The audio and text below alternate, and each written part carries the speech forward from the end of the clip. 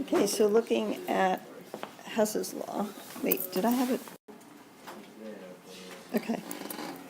Looking at Hess's law, this gives us the equation that we have to get to, and then we have to rearrange these equations so that when I add them together in algebraic way, that I end up with that equation.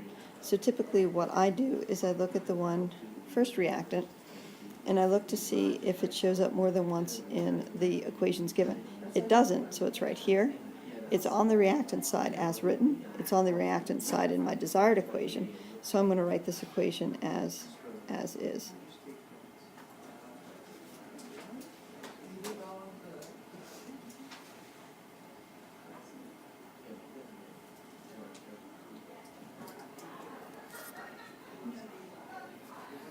I need to be able to write smaller.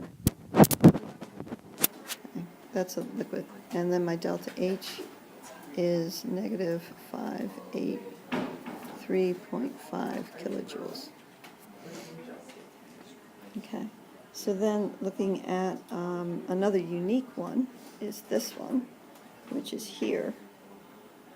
But now on my given, it's a product, it is a reactant over here, so what I need to do is I need to flip this equation. So I'm going to flip it, and I have 2 CO2s plus 3 H2Os.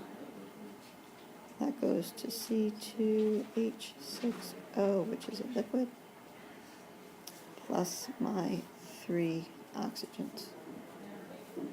And my delta H, since I flipped it, is now a positive 685.5 kilojoules.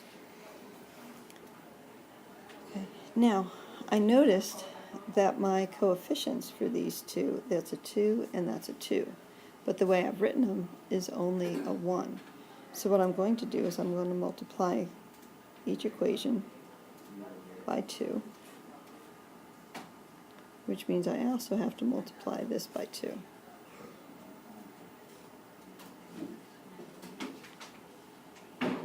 And then again multiply this by 2.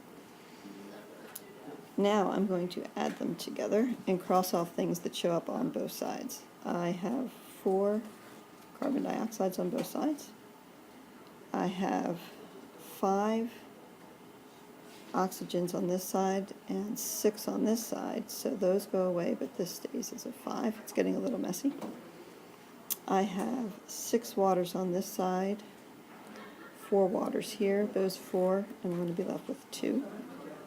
So overall, my equation, I think I crossed off everything. Now I'm going to write down everything that's not crossed off. C2H4O liquid plus 2 H2Os forms my 2C2H6O plus an O2, right?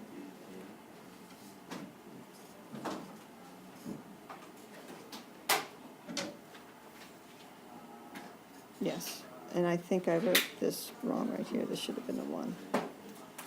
Ah! Okay, so then my delta H, I have to do the math. So doing the math, my delta H should be 204.2 kilojoules.